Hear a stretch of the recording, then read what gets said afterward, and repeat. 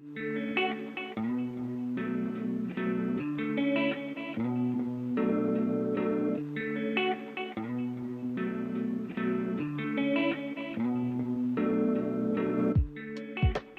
everybody. Ed Yardeni here. I'm enjoying the weather. I enjoyed Mother's Day. I hope you folks had a good Mother's Day as well. It turns out that while the weather's nice here, it was also very nice in Geneva.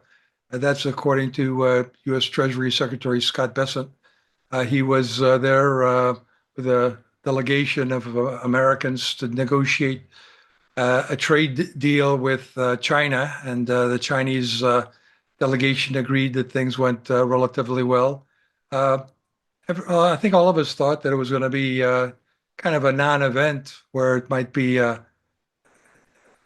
an attempt to talking about trade negotiations, but they made more progress than that. They set up a mechanism for actually sitting down and negotiating specifics. The most important thing, of course, is they postponed for 90 days the tariffs they have on one another. That leaves China imposing 10% tariffs on us, while at the same time, we are imposing 30% tariffs on them. So we're imposing that same 10% base tariff, which apparently is what Trump wants to keep. I think he wants to raise a few hundred billion, maybe $300 billion with a 10% tariff across the board. So that looks like it's going to create sort of a global base where everybody kind of reciprocally matches it. But in addition to that, there's a 20% tariff on Chinese imports because of the fentanyl issue.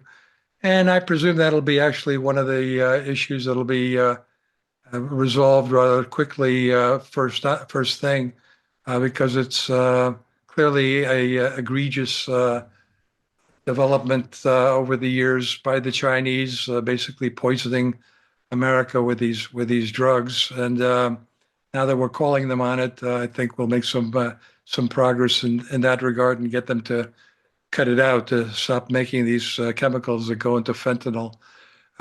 So there's still plenty to negotiate about because there's a 90-day pause period here. 90-day pause period seems to be in fashion. You might recall, I think we all recall that April 2nd was Liberation Day. It was 4 p.m. In the afternoon in Washington in the Rose Garden, and the administration laid out its reciprocal tariffs, came up with some cockamamie formula to come up with these reciprocal tariffs. They were so high that even the administration was embarrassed. So they put lipstick on the pig and said, well, we're actually going to cut the formula's tariff in half just to show how we want to be nice with countries. But anyways, on April 8th, the market had taken a dive down to about 18% from its February 19th peak, all-time record high. So the stock market wasn't happy with the Liberation Day. Liberation Day was April 2nd, and then on the 3rd and 4th, I called them annihilation days because we had this fierce sell-off in the market, and it just kept going, not as fiercely through April 8th. We thought a few days after that might have made the low for the correction, which turned out to be a correction, not a bull market. And then on April 9th, the president freaked out over what the bond market was doing. The bond yield went from 4 to 4.5% in a day or two. And that was clearly another reaction to the escalating trade war that Trump had initiated. So on April 9th, he de-escalated by announcing that the reciprocal tariffs would be postponed for 90 days, except for China and except for the 25% tariffs on autos, steel, and aluminum.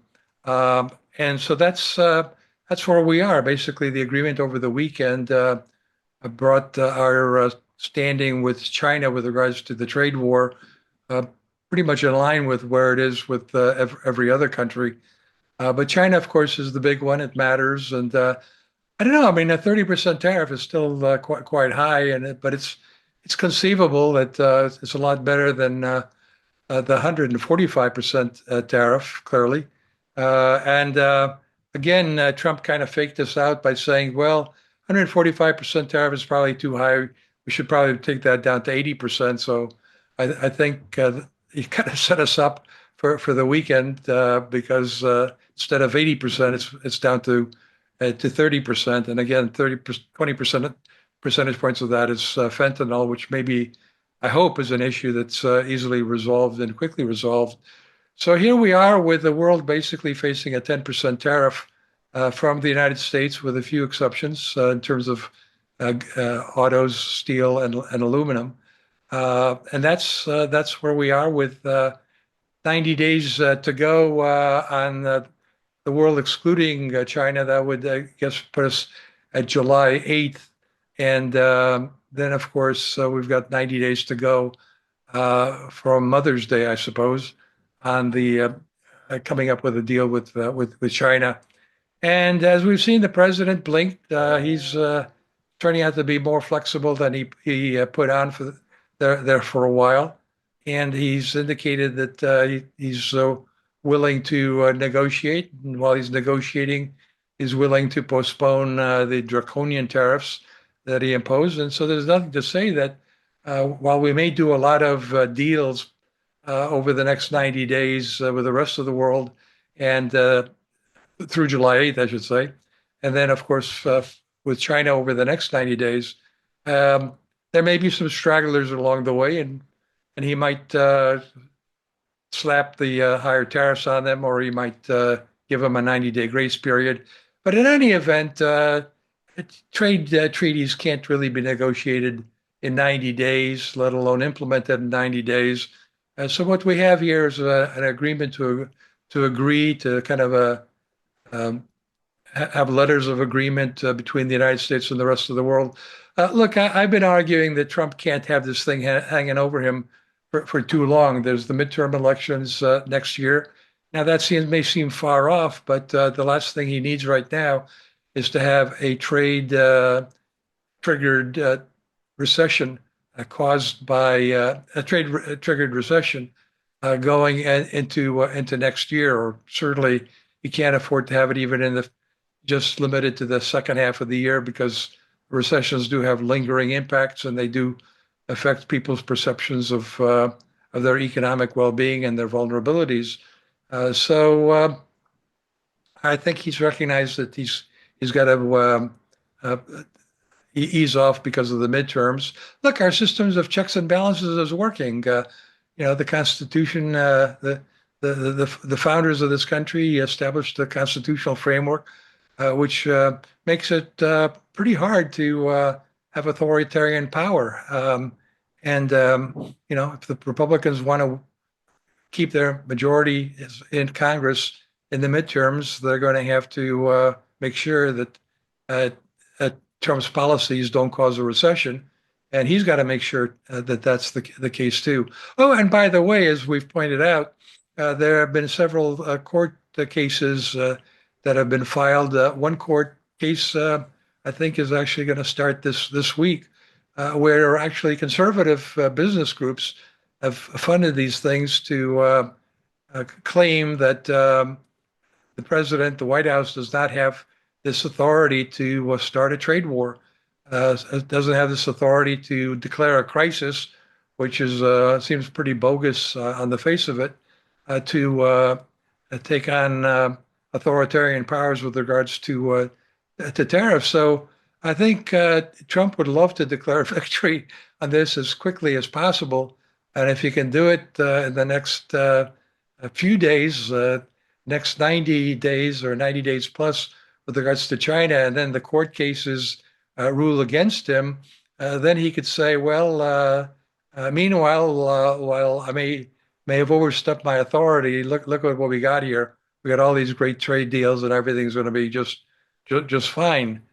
So again, everything is being regulated, I think, by the constitutional system of checks and balances. The midterm elections are coming, court cases are coming, and of course, the founders didn't anticipate this, but there is a checks and balances system resulting from the bond and stock market vigilantes.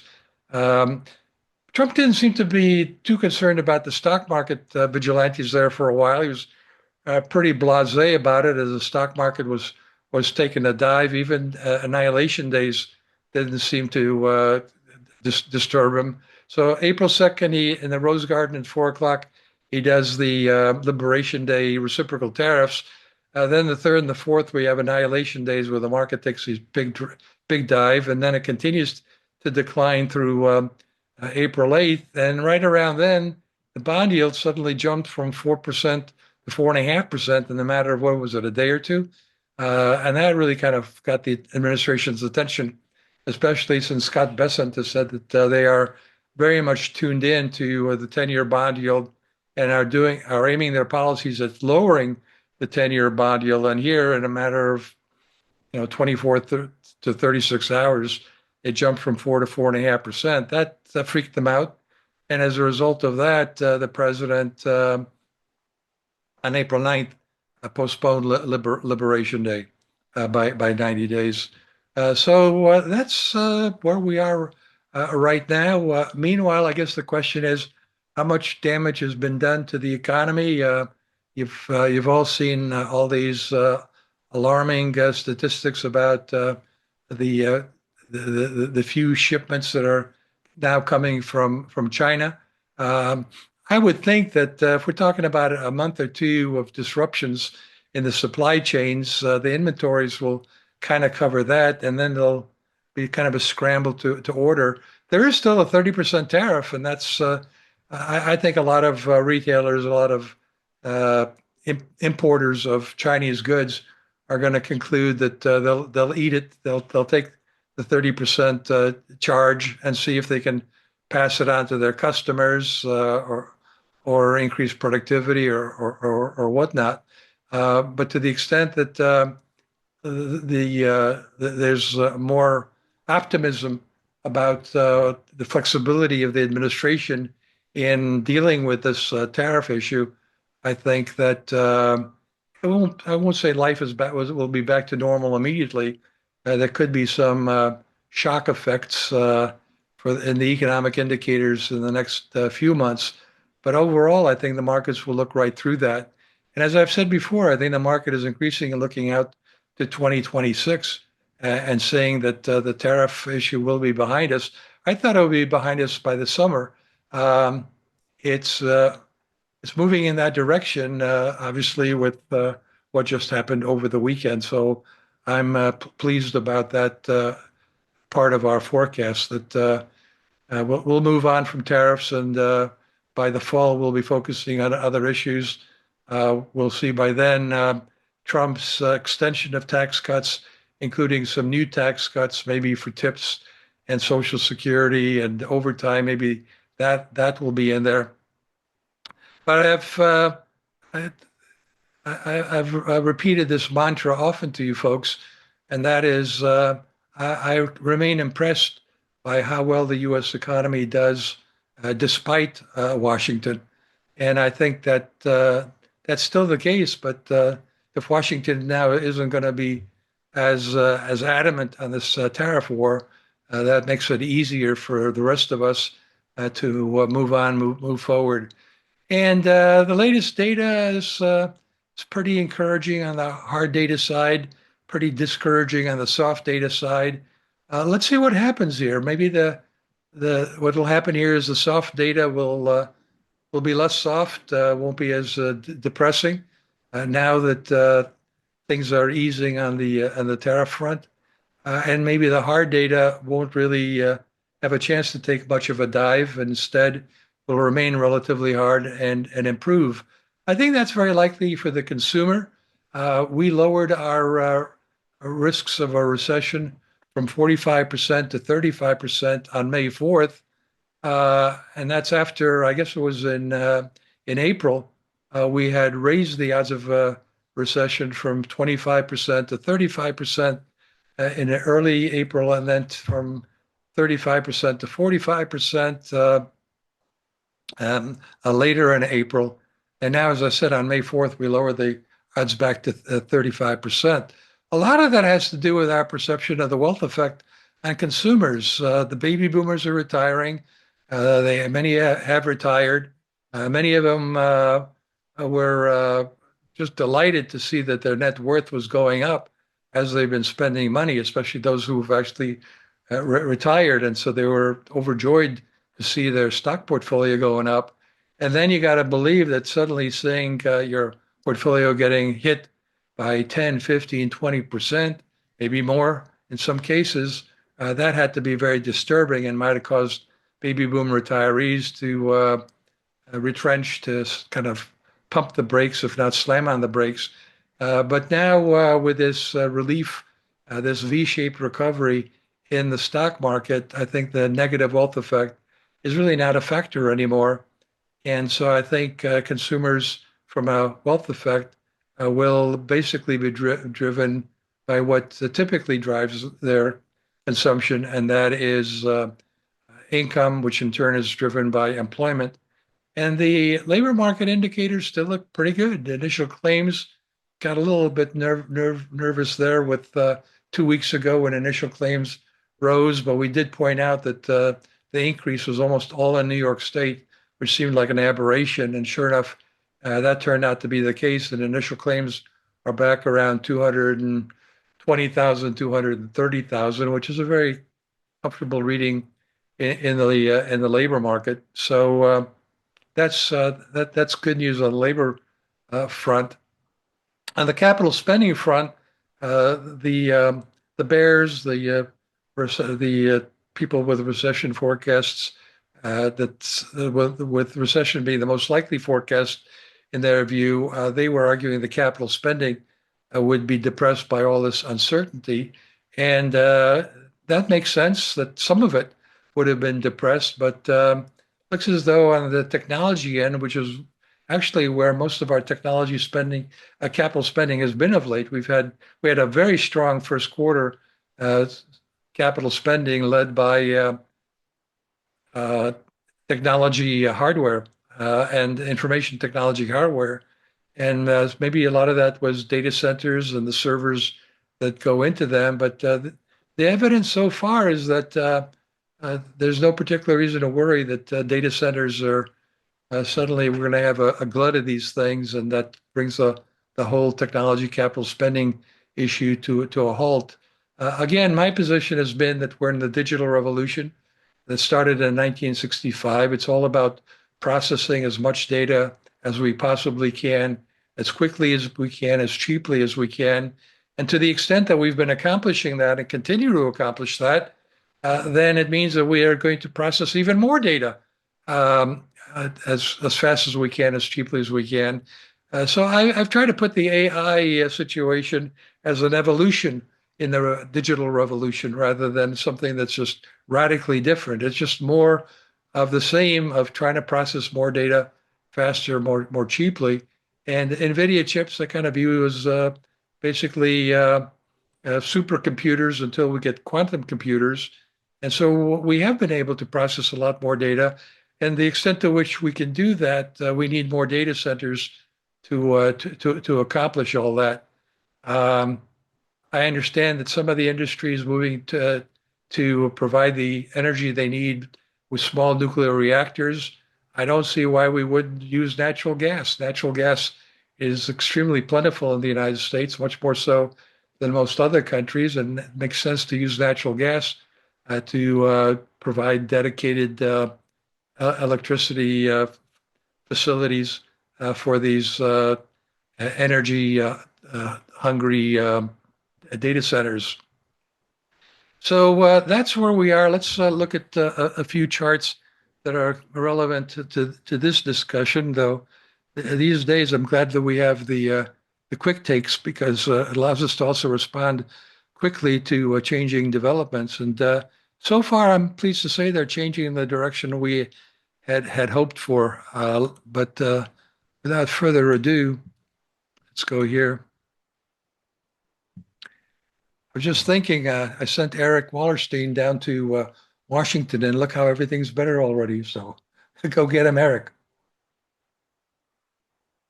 By the way, I was reading in the Wall Street Journal, I think James McIntosh, his column made a good point, and that is this latest development with Besant basically heading up the negotiating team in Geneva, as a strong indication that he's now the adult in the room, that guys like Ron Vera, oh, sorry about that. I mean, Peter Navarro, AKA Ron Navarra, isn't uh, isn't being imposed on the Chinese. They're not.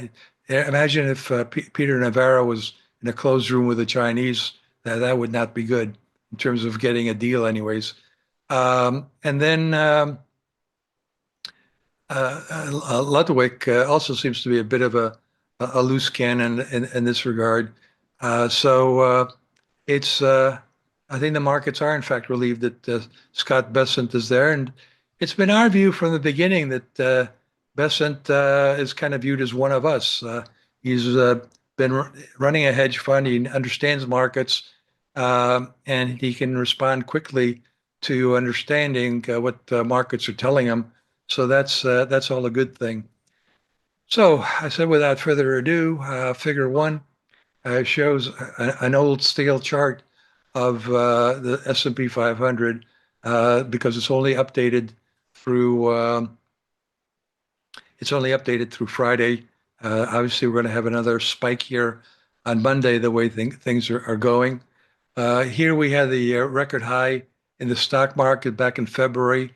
Let's not forget that it was back in January that DeepSeek was introduced, and that started to unnerve the Magnificent Seven and raise concerns about whether all this capital spending on AI infrastructure made any sense, whether it was ever going to be make any money for the companies that were spending all of this. And through the earnings season, we got a lot of feedback from the Magnificent Seven that were most deeply involved in capital spending on AI, on cloud infrastructure, which is really what data centers are all about. It's still cloud infrastructure. Well, anyways, that got the Magnificent Seven unnerved. And then we had the record high here in the market and increasing recognition that Trump was taking a very tough stance on tariffs, brought the market down.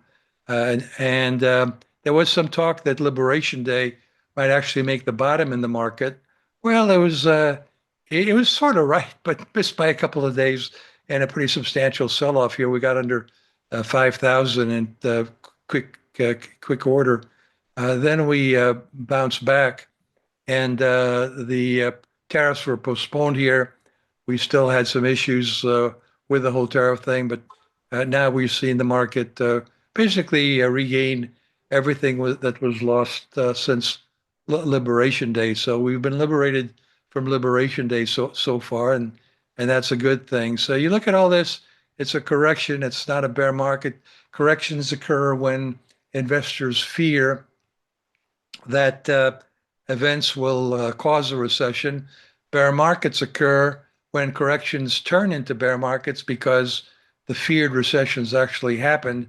And this may just be an extension of the most widely anticipated recession of all times that never happens, the Godot recession. We had that for the past 3 years, mostly on concerns that tight monetary policy, restrictive monetary policy would cause a recession, long and variable lags, inverted yield curves, falling leading indicators.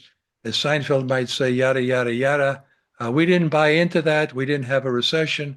Economy did actually pretty well. Consumers, led by baby boomers, retiring baby boomers, kept spending. Capital spending, led by technology, continued to do quite well. And here we are with another correction that doesn't look like it's turning into a bear market. It looks like we're still very much in the bull market. That started in October of 2022. So I hope you're all happy. Meanwhile, we have, just for fun, we monitor this poly market indicator of recession expectations, odds in 2025. And you can see that with this whole Liberation Day tariff man remarks almost every day on what tariffs were going to do and how beautiful they were. The market, the expectations of this particular market was the recession risks were rising from about 20%, which I have to believe is kind of the normal expectations for recession when everything's going fairly well. Very few people are going to say there's zero chance of recession. Um, and then it rose here to close to 65%, then kind of continued to flutter around. And then we got to 65%, and now we're back down to 51%. It'll be interesting to see what this market shows today. I gotta believe it'll be below 50%. Um, we're probably going to lower our recession odds from 35% maybe down to 25%. Give me another day to think about it, and look for some discussion of that tomorrow, either in the morning briefing or or the quick takes. Anyways, yeah, the economy right now looks more like a soft patch than a hard patch. This is the Citigroup Economic Surprise Index. It's been sort of on the negative side here, slightly negative side here. This is what you see typically in recessions. You get much more negative than that. It's kind of a quirky index. It's very volatile. It's fun to watch. It has some impact on the bond market on a short-term basis. So we do watch it, do comment on it, and do show you charts of it every now and then. Now, I guess tomorrow we're going to get the National Federation of Independents Small Business Survey, and you can see that the optimism index, this was animal spirits when Trump got elected, and that reversed pretty quickly in March and April on the tariff issue. And now we'll see how April NFIB comes out since the postponement of Liberation Day occurred on April 9th, depending on how the survey is conducted. I wouldn't be surprised if we actually see an uptick in this soft indicator. Here's some more soft indicators. Actually, more important is what are NFIB small business owners saying about job openings, and it looked the job openings were actually picked up in March. The hiring looked like it came down some. The levels weren't too bad, so let's see what that looks like. We'll report on that to you. The Philadelphia and New York Fed surveys, business surveys for May, they're probably the most real-time indicators we have of the economy. So we'll see what they look like. But again, this is the April reading, and we would expect that the May readings would uptick, but stay maybe below this is zero line, 50% line that we have showing you. Meanwhile, retail sales, we watched the Red Book retail sales. That still looks pretty good, increasing at a decent pace here. So that has some correlation with retail sales, excluding food. And employment was relatively strong. Our earned income proxy was up. So we're expecting retail sales in March to be relatively strong. And then here's the initial claims data that I pointed out. This was a little bit troublesome, but it's come back down. Continuing claims has come back down. About earnings, well, turns out that earnings were much better than the analysts expected in the, let me just turn that off. That earnings were much better than expected. Instead of 6% increase, it came in as a 11% increase for the first quarter. And yet the guidance must have been pretty bad, or the lack of guidance was unnerving. And so analysts lower their numbers quite substantially here. And when you look at the annual numbers, they've been kind of rolling over, which they typically do. It's not that unusual. What matters is forward earnings, the time-weighted average, this one, and that looks like it's kind of topped out here. But it's not predicting a recession so far, or it's not reflecting a recession. It's not good at predicting. It's good at kind of as a coincident indicator. But we would expect to see some stalling here. And then if we're right, things will get progressively better. Let me take a couple of questions here. We've got a couple. Uh, Cagdus, hi Ed. With the new tariff background, is it much easier for S&P to test or pass the all-time highs again this year? If so, what kind of new forward earnings and forward PE look plausible to get us there? So you have a very good question. Let me just, I got this something on my screen here. It's a very good question. I've been thinking about it, wrote about it this morning, kind of more factually than more objectively than subjectively, I should say. And 6,000 by year end is still pretty ambitious because to get there, let me give you one possible, very optimistic scenario that you'd have to anticipate, and that is $300 a share as the forward earnings. At the end of this year, the market would have to anticipate $300 a share for 2026 and multiply that by 20 and you get 6,000. Maybe the market will just forget all of this volatility and look forward to better times.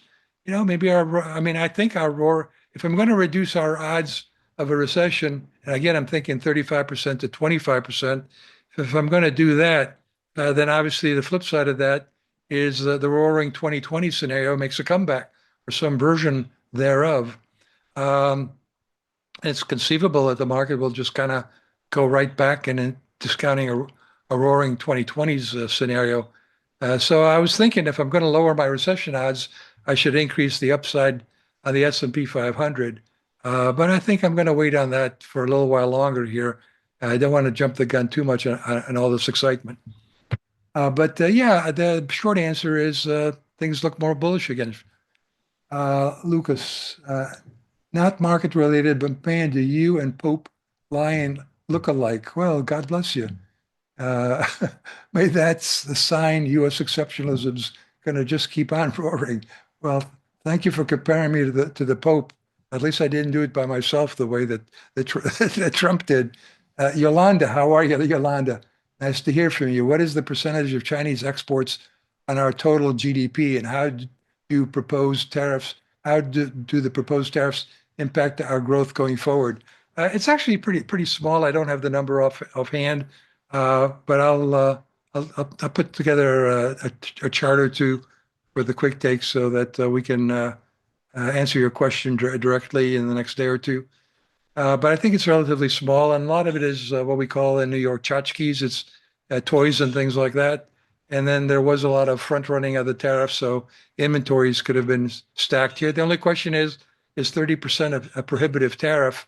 And I think to the extent that you really need the Chinese goods, you're going to pay for them and figure out who's going to eat the cost, whether you eat it in the profit margin or you pass it on to a customer. Michael, how will the job openings data in the future be interpreted along with AI impact on the economy? Presumably, as AI increases productivity, job openings won't necessarily rise with an improving economy. It's a good question, and it's one that I presume we're going to have to deal with, try to sort out how much AI is cutting into jobs growth. I still go with the historical lesson, and that is that technology, productivity do not eliminate jobs, do not reduce overall amount of jobs. They eliminate certain jobs, but they create lots more new jobs. And so that's kind of the way I'd be biased. But then I do seem to have an optimistic bias about things, which is good to have in a day like today. Finally, Rajneesh, how do you think the 10 years yield will move from here, and what factors will impact it the most? Well, good question. I should have mentioned not only is the stock market up, but bond yields are up. The dollar is up. Remember all that talk about the collapse of the dollar, the end of American exceptionalism? By the way, the economists did it again, 4 bearish covers in a row, and the market's flying here. So we have to hand it to them for being such good contrary indicators. Other contrary indicators, bull-bear ratios, have similarly been very bullish from a contrarian perspective. But we've been expecting the bond yield. We thought Neutral is kind of 4.5%, plus minus 25 basis points. So we're not going to start talking about, 5-6% bond yields. We're thinking we're kind of where we should be. So hopefully you all are also where you should be, feeling comfortable about things, a little bit more comfortable than we were a few weeks ago, a lot more comfortable than we were a few weeks ago. And let's hope this keeps up. We'll do the best we can to let you know if this all continues to work out as we think, which is tends to be on the optimistic side. Thanks again. See you next week.